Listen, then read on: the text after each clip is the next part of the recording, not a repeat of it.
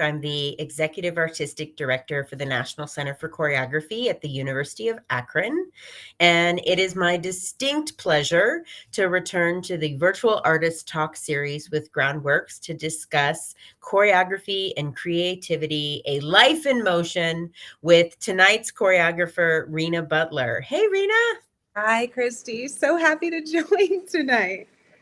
Yes, happy to dance it out through the words. Come on. And gonna just remind our friends who are tuning in, if you would like to share any questions, we don't have a formal Q&A period. You are more than welcome to step up, drop those questions in the chat. I will keep close attention looking out for those, as well as the team behind the scenes, to make sure that we work them into conversation.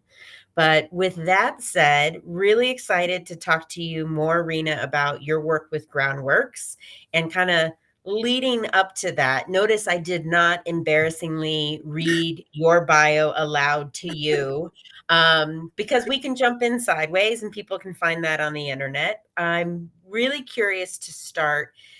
Tell us about your first dance memory. Oh, wow. I think we didn't have a pool growing up, and I remember being outside. This is the first thing that comes to mind. I had this like teal one piece, like textured, like one piece, Costumes. I like it. like 5 or 6 years old, maybe four, I don't even know. But dancing in a thunderstorm in puddles, like shimmying my shoulders. I don't know why I always come back to that memory. It might not even be the first one, but this is like an early childhood memory. And I just like remember like a feel good dance in a hula hoop that was just kind of outside in our backyard because we had toys galore. I grew up with an older brother and two younger sisters. So there were four of us. So we were never bored. But just in this this hula hoop, like dancing while the rain was falling. Yeah. Oh my gosh, I love that. And even as you were moving, I was like, I still see that flow in your choreography. Big So Rena just amazing. yes, fantastic. And you have acknowledged in some other interviews that your movement's very athletic. Were you an athletic child? Did you do sports and other things in addition to dance? How did this sort of morph into you as today's artist? Yeah, I played water polo. I was on the swimming and diving team, and it was all co-ed, so it like really felt that aspect of it felt like I had to be tougher. I had to keep up with both genders, no matter what the task was. Played a little bit of basketball, some soccer. My parents, I think they were just determined to keep us busy, so at the end of the night they could put us to sleep without any trouble. Basically, if there's Tire you out. oh my God, junior lifeguards, and I think the grit and the athleticism of that, I think taught me a lot about endurance from a very young age. I remember my summer programming, at least what my mom had designed for me and my siblings. We would wake up at 7 a.m. every morning, Monday through Friday, and train for junior lifeguards. And you were like 9 years old. You would wake up at 7, start driving down to South Shore Beach, like to be there around 8:30. And I was going to say rehearsal, but practice started at 9. It would be running a mile, swimming a mile, and running again purely for warm up. And so I Wow. that kind of rigor and that schedule for a 9-year old alone, I don't know, you just learn, you set it up, and that foundation was set up pretty early on for me. And the companies that I have joined have really put that to practice, put that to work, and I think I just really enjoy the endorphins that come from a good sweat, a good Mm. effort. Yeah. Mhm. Yeah, and down to South Shore Beach, that was in Chicago where you grew up? Correct. Yeah. I also just learned that, I didn't think water polo existed out of the West Coast, but I just learned, like, all right, water polo in the Yeah. Midwest. Yeah. Water polo. It's so hard. So hard. And you have danced for some of the biggest companies today, Mhm. like Kyle Abraham's AIM and also Bill T. Jones, Arnie Zane. David Dorfman. I mean, companies that have done a lot of work to date continue to be present.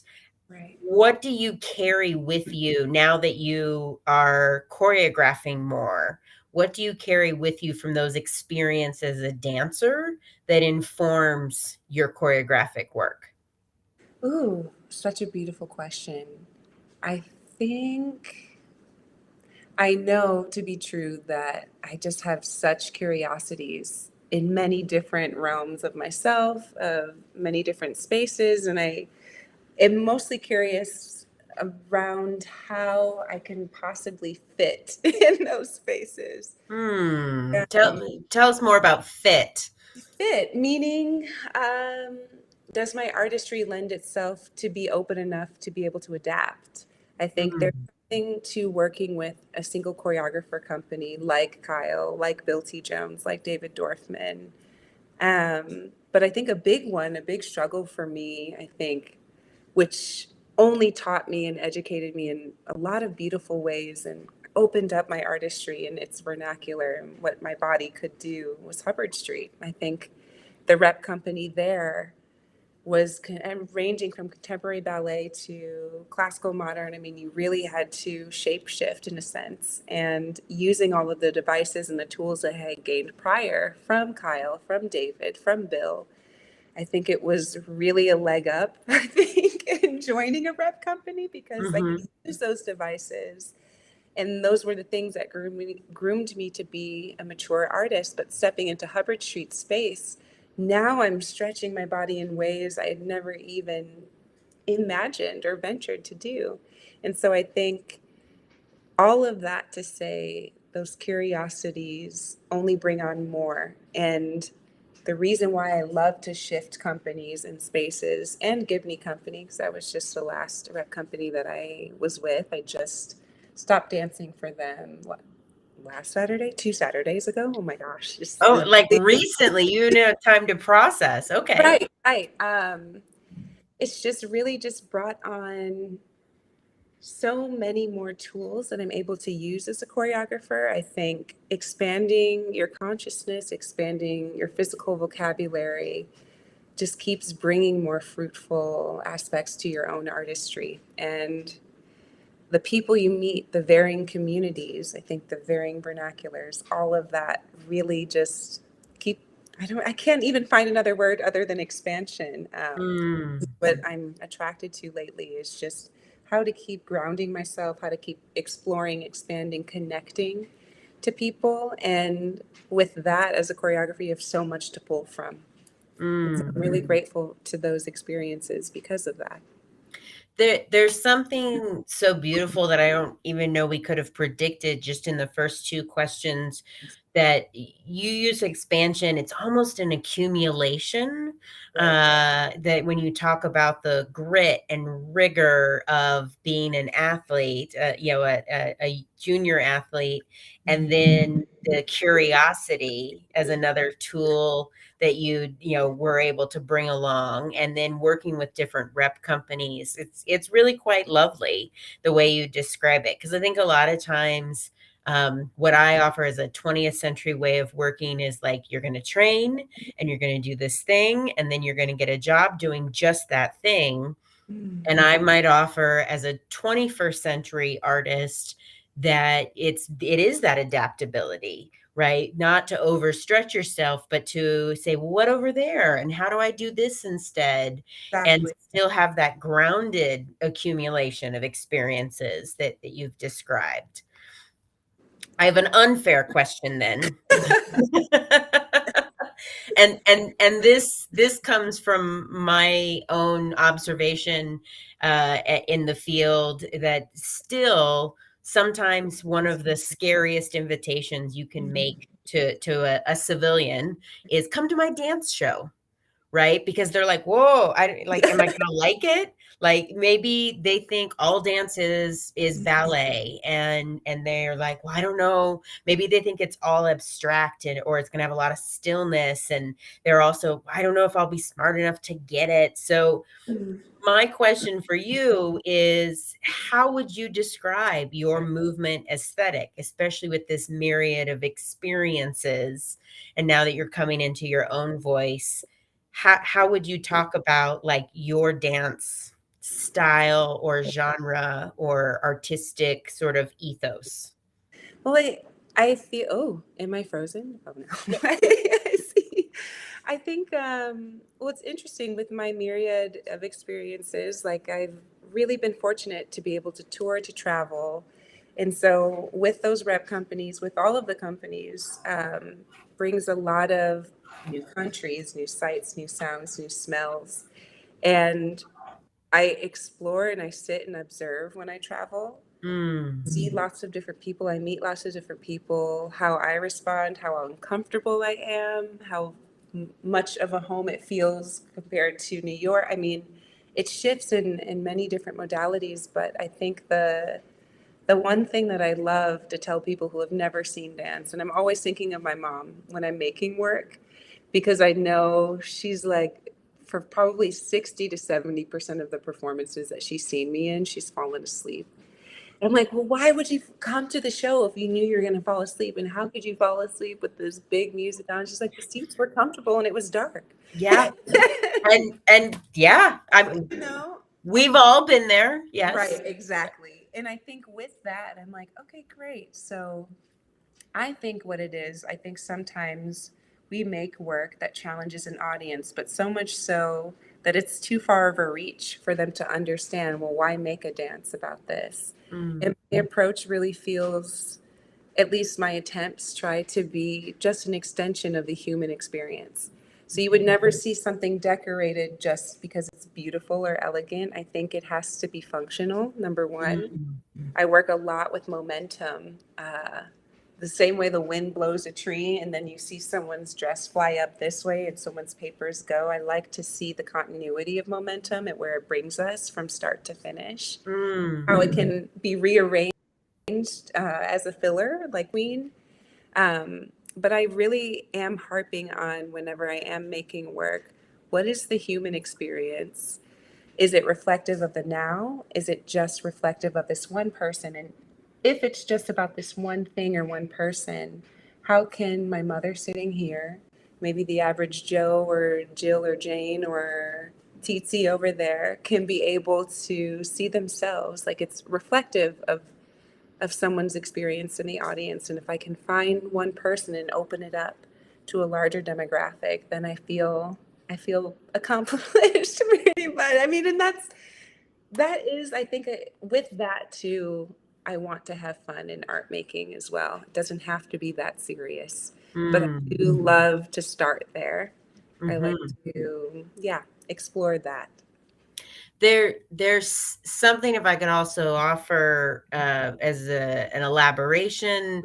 You describe it as functional and the human experience. I love this idea of someone else seeing themselves on stage, which might also offer up, sometimes people assume that means a narrative, right? Like they're looking for a character. Mhm. But reflecting on my own experience, I was watching a lot of the footage of your work that I could find online. And what I found myself doing was moving with the dancers in having those moments. So when Yeah, you talked about the wind blowing, it's like there's something almost innately natural to this like flow that's larger than a human being, but that when people are like, oh wait, I they we find that right. sort of invitation too, that defies words, right? Exactly. If you really can find that natural flow. Yeah, I recognize that in myself as you were talking. I was like, oh no, I was with you for some of I don't know if you know exactly which piece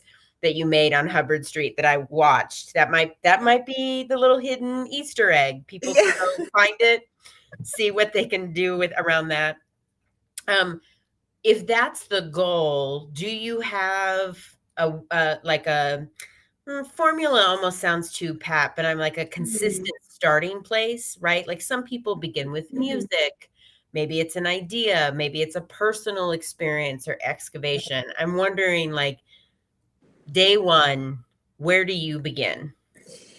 Day one is the scariest day for me in terms of making a new work, especially if I don't know the dancers, Mm, especially if I'm not as familiar with the company. And so mhm, I love to start with a conversation. I'll have at least 3 or 4 different topics that I have questions about, and I open up the floor. I like to hear dancers use their voices, use themselves, their education, because I think that there's way more to them than just the physicality. And mhm. dancers are smart. They're Yes, they super are. like, how do you practice this mind body connection every day? How do you practice deconstructing what vulnerability looks like and feels like? All of these many different facets of self you put into practice, and you Mhm, also practice how to connect that to the space, the music, the people that you're dancing with. So there's a lot of humanity at practice and at play every day. And so to be able to quiet that down, nothing that's going to distract us, I think, physically, and then just to really hone in on the conversation and thoughts. And I think to be visible and to be heard at the start of a process matters so much to me, I think, as mm. performance artists as well. Um, and then to hear, it's an open floor, so if you aren't comfortable, you don't have to contribute yet, but when you do get comfortable, so I like to see who the quiet ones are, who the bolder ones are. I think the in between. I just like to get a sense of characters from there and really use, of course, with consent, like their personal experiences as fodder for the work, actually, as the thing that helps unearth the concept. Mm. Yeah. It's a great opportunity to then weave into. So, how's it going with Groundworks? Oh You, my God, I love them. So wonderful. yay! Yeah, tell us more about that experience. I mean, so we started with a conversation. I knew that there were just 5 of them. And so I came in with this concept of a wolf in sheep's clothing or a sheep in wolf's clothing. And I believe I had an interview on day 3 where I thought the piece would be more about a sheep in wolf's clothing. But I'm finding the piece is really about, and I was talking to one of the dancers about this today, about a wolf in sheep's clothing and what Mm, we do when we have to conform and remain in our confines, mm, whether it be cultish, however you want to read the piece of what the ensemble versus the singular voice looks like. And what does it take in order for that person to bust out? And so, out of this, before any of this was investigated, we really sat and we talked about, okay, simple question. Do you identify with a sheep in wolf's clothing or a wolf in sheep's clothing? And so there are a lot of varied answers depending on what this person was going through versus this person. To sit there and listen to the individuality just amongst 5 people, 7. I think David was included in the conversation as well. And David brought incredible insight, knowing his own dancers, having life experience. And I just feel no matter where you're at in life, what phase, what age, I think there's so much to learn just by sitting, listening, observing. And what I tend to get really excited about is, of course, what they're saying, but just the ticks in their eye, maybe if they're tired. I think the little mannerisms or the idiosyncrasies that come from each individual. And okay, cool, I observed that characteristic about them, or the way they like to move their shoulders when they get mm, anxious or excited. I think those ticks like really bring such a richness to the work because it's really the dancer and how um, they're just like super. I think how we can expand upon their human expression. I don't know. I feel like I went a bunch of different places. Oh no, I got you. I got you. Cause I was thinking as you were, speaking, I was like, gosh, so many people don't understand how much talking happens in a choreographic process. And Right. we see it all the time at NCC Akron, and there's an unofficial um sort of formula that for every minute you see on stage, that's at least 8 hours in the Oh, studio. totally. Because it's not linear. But so I was trying to imagine, like, some people may be challenged to think, how does all that talking then get into that movement? Right. But the way that you beautifully brought us through with noting the idiosyncratic sort of expressions, it reminds me and makes me think of, like, when you are maybe at a fair or walking along a sidewalk that's got artists, along the way, and they do those caricatures. Oh, I It's love. you, right? But they take some of what is you and make it more heroic in Right. scale. Right. And so it sounds a little bit like what you're noticing then becomes more heroic in the choreography that you can see from the back of the house, that you can see in a proscenium stage. And I kind of love that idea of your own research as an observer and then translating it into this Yes. other scale, if that resonates for you. Definitely. And I think with groundworks in particular, because there's only five, I think I really lucked out in building the work extremely fast. I really didn't imagine, the first day I'm like, I don't know, like Yeah. how So what's fast for you? Like, fast for me is building the work in around 3 or 4 days. wow. Like, or at least having maybe 80 to 90% of the work accomplished by then. And then from there, you can just chisel away and get playful and revisit and restructure. But building a template in just a few days for me. And we started off with 5 solos. And then Mm. I originally was thinking, oh, we'll transition them in, and we'll transition in and out of them. And then we built upon that and then built upon that. And we had a costume run today and it was phenomenal. We've got 2 more days. And so, Wow. Well, and you mentioned even like a costume run. So if you're starting at this granular person to person level, at what point do you like to bring in other elements like costuming or music, and how do you ease that into the creative process? such a good question. I think it's so different for each process. With this process, because I was very sure about the people we were creating with, yeah, it's a tribe, it's a community, it's a village. Very sure about what we were doing. I think in making the work itself, in the conversations we were having, whether it be one on one or as a collective, I think it came pretty quickly. We've got costumes. I don't want to ruin the surprise, but it's think like Adam's family. Okay. All right. Like, yeah, very tailored. Also a family, a tribe. Yeah. But if you think, the piece is called Sheep's Gothic, and thinking Okay. where you're extracted from the herd or expelled from the herd, what is that? Does that bring the wolf out of the sheep's clothing? Mm. So I think working just with those words, that expression, gave a lot of insight into the possibilities of what a costume could be for the work. Mm. And I'm really Mhm. excited. They look fantastic, and we had such a solid run today. And I'm really excited about the piece. There's so much play in it. I feel that the dancers enjoy it. It's a challenge for them athletically, and they're crushing it. They're slaying. It looks Great. amazing. Yeah. Can you tell us anything else about the music? Yes, so the music was composed by my longtime collaborator, Gerald J. Hoffman. He's a Bronx native. We've been working together since my first commission on Hubbard Street in 2018. He's just so cool. I send 3 words to him. I'm like, unicorn, trash cans, purple skies. And he comes back with this like amazing score that could be anywhere from a minute and a half to 5 minutes long. And then we build playlists for certain pieces and we're like, oh, maybe this can go here.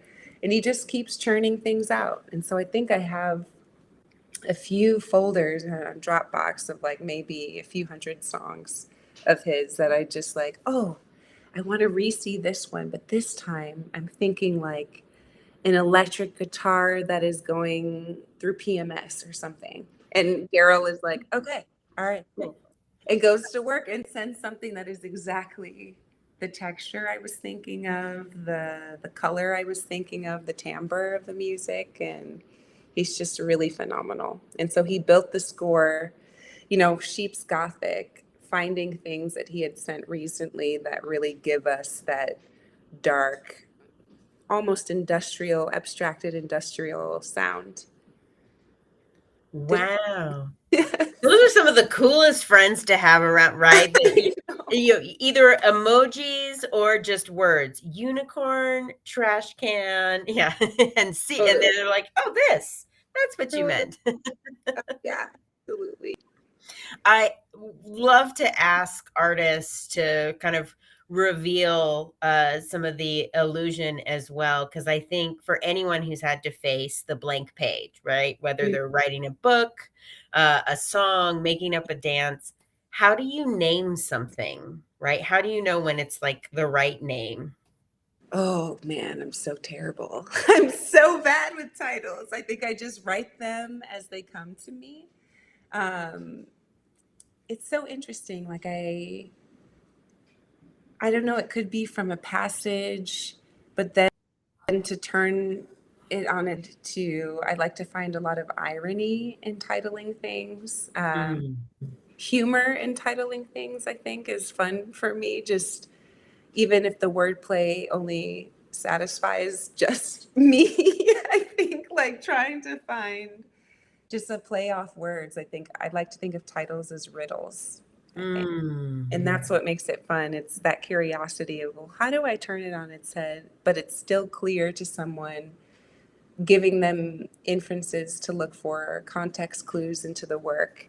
Mhm. So almost like a riddle roadmap for the audience to be able to say, oh, Sheep's Gothic. What kind of title is that? Okay, sheep. Oh, they're moving in a clump. Okay, herd. Gothic, something dark. Okay, maybe there's something there for me Mhm. to kind of give me, if they weren't reading the program, but they just glanced at the title. Mm. Yeah. Mhm. And because of your, history and roots in Chicago, you are most familiar, certainly, with the Rust Belt and the Midwest. Mhm. Whereas a lot of times people who, have mostly lived or worked on the coasts are less so. Because of your varied experiences, I'm always fascinated, like what geography has informed differently in making work. How is it different when you're doing a commission for a company based in Philadelphia versus New York versus Chicago or Cleveland? Oh, that's such a great question because I get when I'm asked about commissions by the artistic director, there's always hints towards, well, check out this in our city and see if that inspires you. Mm. And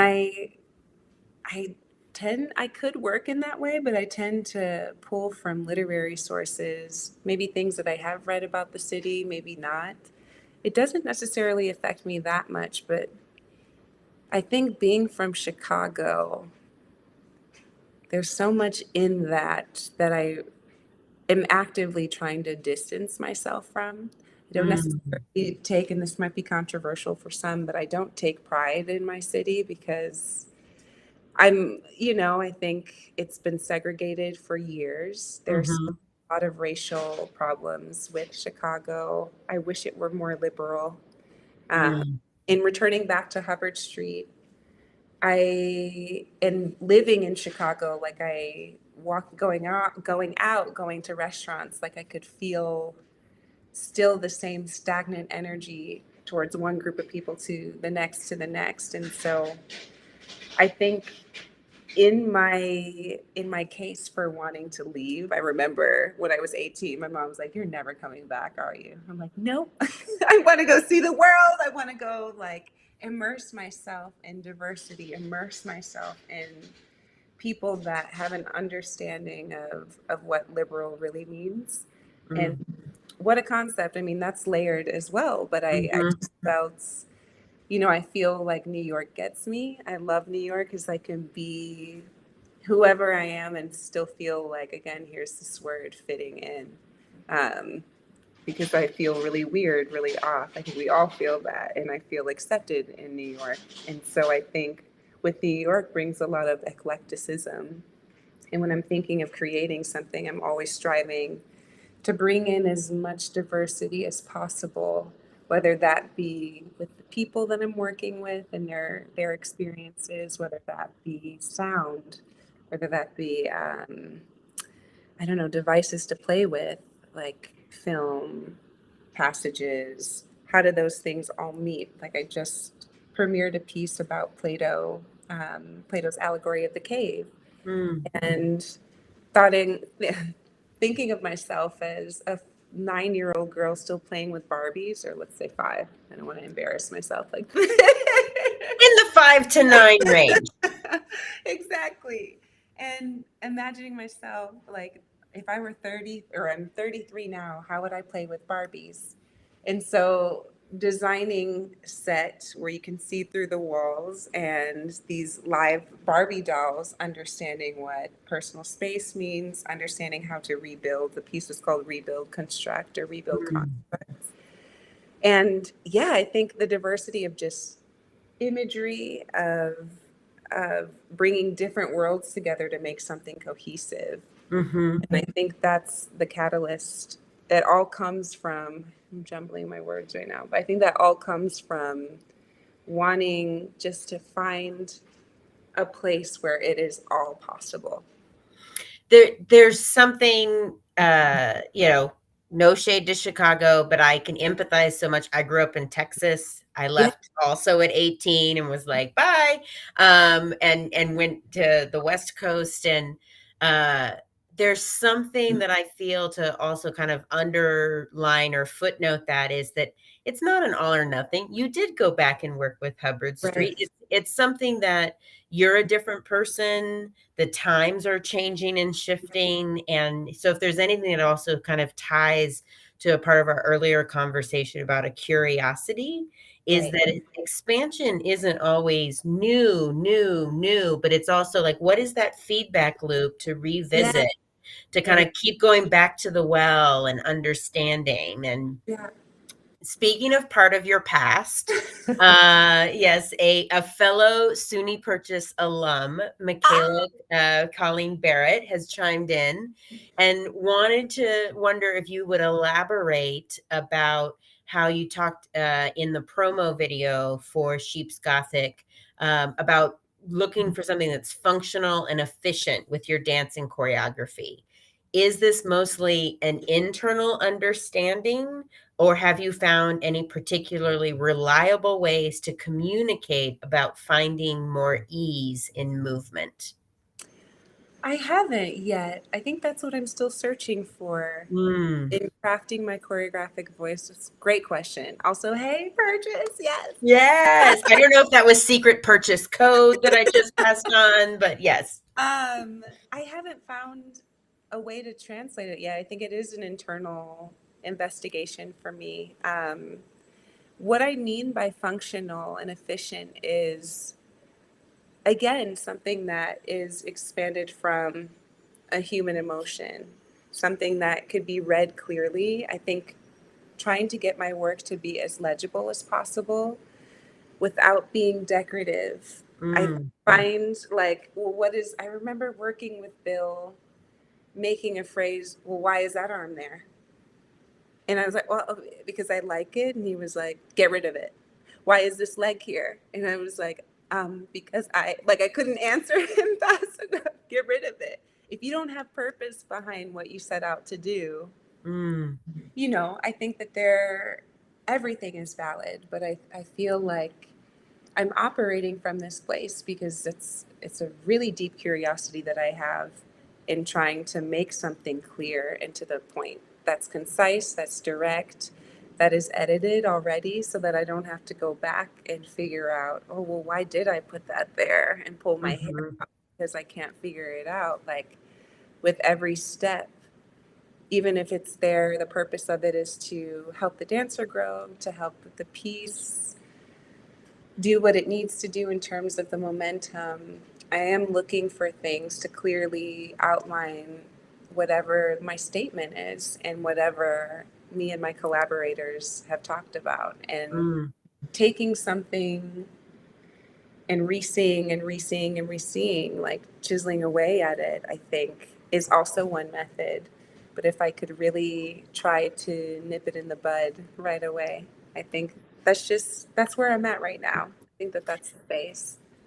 There's something that talk about like a feedback loop or a cycling. There's the idea of expansion, and then you use the term legibility.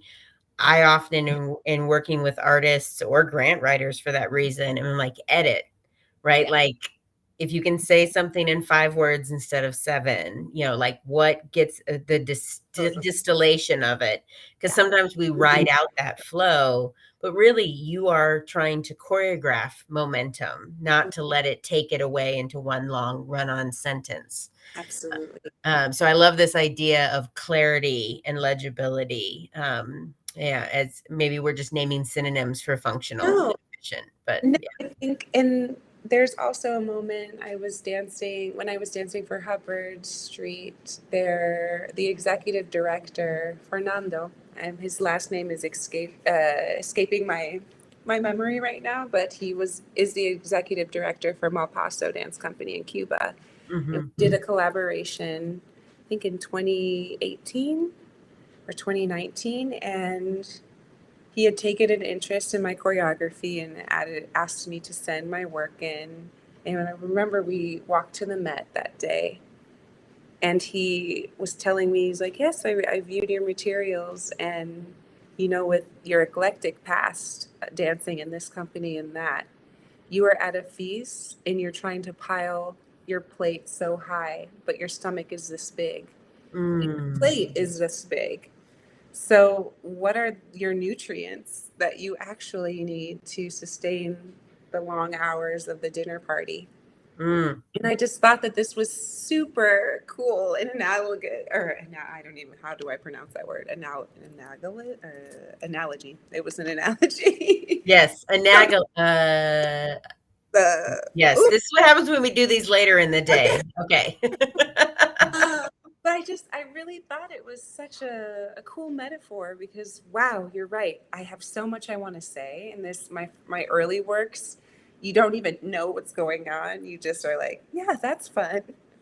And so I think in growing as a choreographer, how do I just put the protein here, the leafy greens there, and maybe the small carbohydrate for it to Mhm. be a complete meal? It's like fine dining, and Mm. like a Michelin star restaurant. Like, what are the things you want to say in your dish?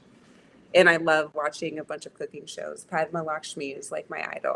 Yes, I was gonna say, if we weren't already hungry. Um, but it's interesting to hear you also trace your artistic trajectory and sort of journey along the way, from your earlier works, whether it's doing something with ABT Studio Company and Hubbard, to then I was really thinking it's interesting the way that you phrase this, because I think about the economy of movement that's in your Ballet X works in process virtual commission, Yeah, right? Like 2 dancers on film, and like really focused and distilled, the simplicity of that, and in a different medium. right. I am leading this to ask, like, because you are also listed as a choreographer for SF Opera in the coming season. Yeah. Is Yes. this a first time opera? I'm very nervous about it. It is the first time. Yeah, first Yeah, time. can you tell us more about, like, what from your experience and practice with repertory companies rich like Hubbard Street and Groundworks are you kind of taking into that experience? Hmm. I'm stumped. Well, perhaps another unfair question because you haven't done it yet, but I'm just really curious. That's a different scale. It's another different city. It's a different genre where choreography isn't always the thing, but sometimes is used decoratively in opera. So I was really curious, if this is going to be an opportunity for you to change how you practice, or how you might be wrapping your head around it. Yeah, and I think so. I'm really excited to shift. I know it will bring a big shift, and I think from this first opera brought on a second one with the lyric opera. So I'm really excited about that as well. And I haven't even done it yet. So I'm like, wow, people are putting their trust in me. That's amazing. Congratulations. And working with Matthew Ozawa, he was the one that really sought me out and had been following my work with Hubbard Street and had been following my work since I left to join Gibney and had kept tabs and had reached out. Listen, I think you're going to be great because what your physical vernacular and the way you like to choreograph speaks to me, like how it speaks to me is that I feel like you have so many different reference points and the things that I want to pull into Orfeo and Eurydice, which will be the opera that I'll choreograph for. And if anything, it's made me look back even further, thinking about my music classes at SUNY Purchase, Mm, sheet music again, just as like a reminder. So I yeah. feel like I'm re-educating and will probably get in, definitely get an education, I think, in building this and working with like exquisite like opera singers and relearning, I think now because I know I can't do my own thing, having to really know the story well, be well read about the scenarios, the different the measures in music, I think the different everything. I think I don't want to Mhm. misname anything, so I'm very careful because I've Yeah. fallen back into that. I used to be a theater kid growing up, actually, at Missoula Children's Theater when I was in junior high, and the songs and the monologues and everything like that. So there is some theater training that I do have, staging, how to make things decorative. I think when it isn't my work will actually serve me in this way. I think Mhm. it can only serve the opera. So I my personal aesthetic, I think, will take a back seat. And Mm. I'm glad it will because then I will be able to slip back into that observation mode and go. Like I think I love this. Mhm. Like I love to be able to take a back seat to a lot of things. Like I don't necessarily know exactly what I'm doing, Mm. but I do have a lot of trust. I have really strong instincts that I like to follow. And Mhm. when you have a village around you that supports you, like Matthew, the director, I remember the producer was there. We had a 1 day audition. I was on a red eye back and forth from San Fran to do the audition for the union that was out there. Mm. The dancers, amazing. And the dancers know my work. It was so lovely to speak with a group of dancers like, no, we follow you. No, we know. And that was super humbling. And I think at the same time, really encouraging and supportive. And I feel stepping into this new realm will only be from a place of support and encouragement. And so I'm going to be like Jackson Pollock maybe for the first few days. The first few days are always the scariest. I find my flow really easy, and I think adapting to lots of different spaces has taught me that. And so I'm nervous, but I know I'm going to find it, and I trust. Yeah.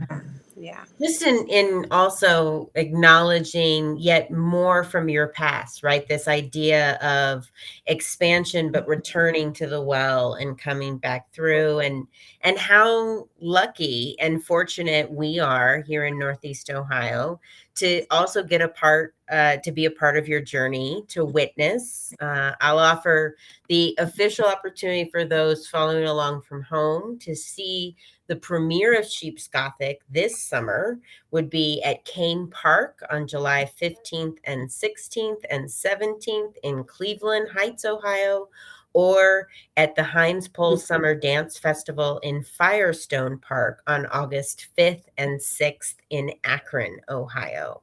And you can get more information about these performances at groundworksdance.org. And just so grateful too. Like, thank you for sharing your process with us, for going a little bit down memory lane, as well as highlighting for us where it's a part of what's next. And Right, that's been right. super cool. Oh, thank you, Christy. I'm so glad. It's always informative too to do these interviews, to be reflective, and then to be appreciative of all those experiences, because you just forget when you keep Yeah, when you're doing the onward. thing. Oh my gosh, that did happen, or you prompted so much of that tonight. So I really appreciate you as well. Yeah. Thank you. All right, we'll choreograph a goodbye wave then. Goodbye. Yeah. Thank you, everyone.